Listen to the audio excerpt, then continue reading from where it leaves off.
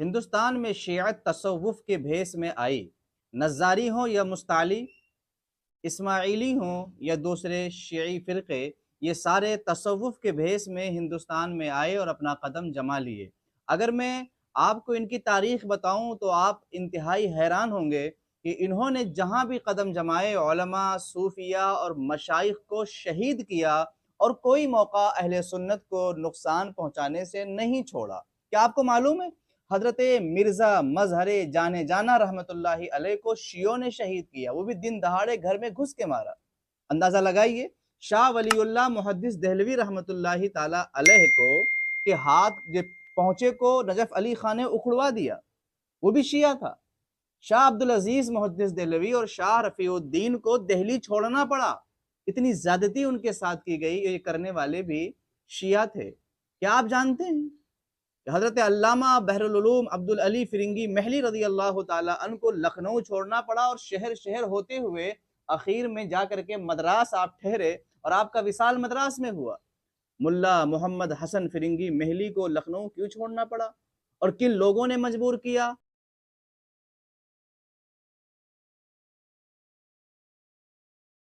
شیعوں نے شہید کیا۔ کیا آپ جانتے ہیں کہ اس قدر عظیم علماء اور صوفیاء اور مشائخ کو شہید کرنے والے بیشتر شیعہ حضرات تھے؟ انہوں نے جہاں بھی موقع پایا علماء کو اور بے دردی کے ساتھ شہید کیا۔ علامہ رمضان کو مندسور مدھیہ پردیش میں باقاعدہ گھیر کر کے مسجد کے اندر اور ان کے ساتھ کئی لوگوں کو شہید کیا گیا۔ آپ یہ بھی جانتے ہیں خلیفہ ناصر جو بغداد کا حاکم تھا، اس نے علامہ ابن جوزی رحمت اللہ تعالی علیہ کو شہر بدر کیا تھا۔ جی ہاں، وہ شیعہ تھا۔ اسلامی سلطنت خوارزم کو پر چنگیز خان کو دعوت دے کر کے حملہ کرنے کے لیے کہنے والا شخص کوئی اور نہیں تھا، وہ شیعہ تھا۔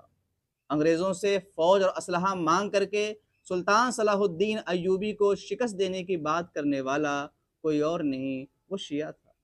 حسن بن صبار اس کے فدائیوں نے علماء اور مشائخ کے ساتھ جو زیادتیاں کی ہیں وہ تاریخ کا حصہ بن گئی۔ عباسی خلافت کو ہمیشہ کے لیے ختم کرنے والا کوئی اور نہیں، شیعہ تھا۔ ابن القمی نے باقاعدہ ہلاکو کو بغداد پہ حملے کی دعوت دی اور بغداد کی اینٹ سے اینٹ بجا دی گئی۔ یہ سب کچھ ہو گیا تو اس کے بعد علماء اور مشائخ اور آخری خلیفہ کو دھوکے سے ہلاکو کے سپرد کر دیا اور اس نے ہلاک کر دیا۔ یہ سارے کام شیعوں نے کیے۔ یہی نہیں، آپ کو یہ جان کر بھی حیرت ہوگی کہ ایک عظیم صوفی حضرت علامہ محمد حمدانی عین القضاء حمدانی رضی اللہ تعالیٰ عنہ جو بڑے عظیم صوفی گزرے ہیں، اور قاضی ناصر الدین بیضاوی، ان کی قبر سے ان کے جسم کو نکال کر جلانے والے شیعہ تھے۔ میرے عزیز، آج بھی یہ ظالم مختلف شکلوں میں مختلف طریقوں سے اہل سنت کو نقصان پہنچانے کے لیے نت نئے ہتھ کنڈے استعمال کرتے ہیں۔ آپ کو شاید یہ پتہ ہونا چاہیے کہ بڑے بڑے صوفیہ کے ساتھ یہ سلوک کیا گیا۔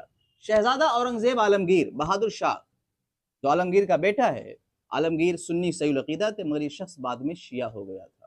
اپنی دور حکومت میں اس نے اعلان کیا کہ خطبے میں علی ولی اللہ وسی رسول اللہ بھی پڑھا جائے۔ اس کے حکم پر جب عمل کیا تو احمد آباد گجرات میں ایک خطیب کو مار دیا گیا اور لاہور میں انتہائی خطرناک ہنگامہ ہوا اور معاملات بہت آگے بڑھے۔ یہی نہیں، تحفہ اثنا عشریہ اٹھا کے آپ دیکھیے تو آپ کو حیرت ہوگی کہ محمد شاہ بادشاہ کے عہد میں دہلی میں دو لوگ تھے، مرتضی خان اور مرید خان یا مرید خان جو بھی تھے۔ ان دونوں کا کام تھا اہل سنت کی جو بہترین اور مستند کتابیں ہیں، بالخصوص سیاہ ستہ وغیرہ، ان کو لکھنا، کتابت کرنا، اور اس کے بیچ بیچ میں من گھڑت عبارتیں اور اہل تشیع کو کی حقیقت کیا کہتے ہیں سچائی پر جو کتابیں ہیں یا ان کی عبارتیں ہوں یا ان کی روایتیں ہوں اہل تشیع کی، وہ کتب اہل سنت کے اندر داخل کرنا یہ ان کا محبوب مشغلہ تھا۔ یہی نہیں، باقاعدہ انہوں نے اہل سنت کے نام پر درجنوں کتابیں لکھی۔ میں سنیوں کو آگاہ کرنے کے لیے چند کتابوں کے نام بتا رہا ہوں۔ دراسات اللبیب، ملا معین ٹھٹوی، یہ شیعہ اور تفضیلی اور غیر مقلد بھی تھا۔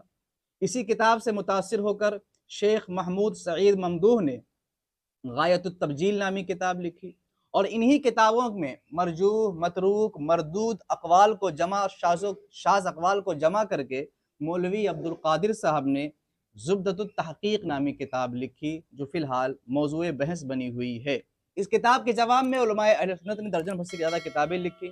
علامہ مفتی مطیع الرحمان نے افضل کون کے نام سے کتاب لکھی، جواہر التحقیق اور نجوم التحقیق نام سے علامہ عبدالرزاق بھترالوی رحمۃ اللہ علیہ نے کتاب لکھی، عمدۃ التحقیق کے نام سے قاضی عظیم نقشبندی صاحب نے کتاب لکھی، ایسے ہی زبدۃ التحقیق میں استدلال کردہ روایات اور واقعات کا تحقیقی و تنقیدی جائزہ کے نام سے فیصل خان صاحب نے اور کئی لوگوں نے کتابیں لکھی۔ یاد رہے ان کی کتابوں سے ہوشیار رہیے۔ اسی کے ساتھ ساتھ آپ کو یہ بھی بتا دوں کہ ارجح المطالب یہ عبید اللہ کی کتاب ہے، یہ قادیانی ہو گیا تھا، اسی کی کتاب سے عبارتیں چوری کر کے بہت سے لوگ مصنف بن گئے ہیں اور محقق بن گئے ہیں۔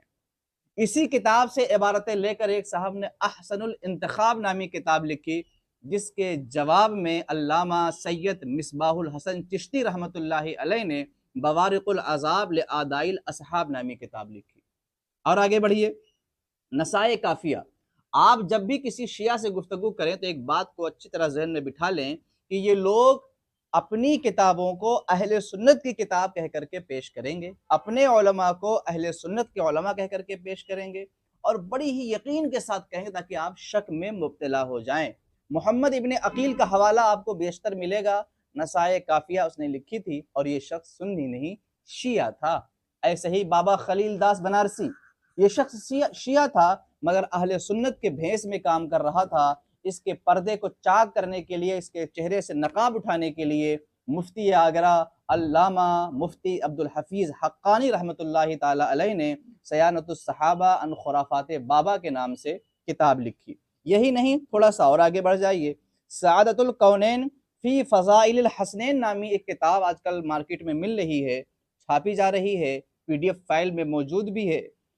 مصنف کا نام ہے مفتی اکرام الدین دہلوی۔ اس کتاب میں صحابہ کرام کی شدید گستاخی کی گئی ہے، صفحہ 171 بھی آپ دیکھ سکتے ہیں۔ اس کے بعد آگے بڑھیں، دہلی میں ایک شخص تھا جس کا نام تھا راشد الخیری۔ یہ شخص شیعہ تھا مگر سنیوں کے بھیس میں کام کر رہا تھا۔ شہید ابن شہید جو محرم میں کچھ لوگوں کا بڑی محبوب کتاب ہے، وہ جان لے کہ شہید کتاب کو لکھنے والا شخص جو سائم چشتی تھا یہ سنی نہیں تھا، یہ افضلیت کا منکر تھا، کتابوں میں قطع و برید کرتا تھا۔ اس کا بہترین تعاقب علامہ محمد علی نقشبندی نے میزان الکتب کے اندر اور دشمنان امیر معاویہ کا علمی محاسبہ نامی کتاب میں کیا ہے۔ یہی نہیں، اور بھی کئی ایک کتابیں ہیں جو باقاعدہ اہل سنت کو نقصان پہنچانے کے لیے لکھی گئی ہیں۔ میں تمام سنی بھائیوں سے گزارش کروں گا کہ ہوشیار ہو جائیں۔ آپ کو معلوم ہونا چاہیے کہ آصف الدولہ، شجاع الدولہ اور صفدر جنگ کے زمانے میں اودھ میں شیعت کو پھیلایا گیا، اور اس زمانے میں سنی علماء اور مشائخ کی جائیدادیں ضبط کر لی گئیں، اور جن لوگوں کو اپنی جائیداد واپس لینی تھی انہوں نے شیعہ مذہب اختیار کیا۔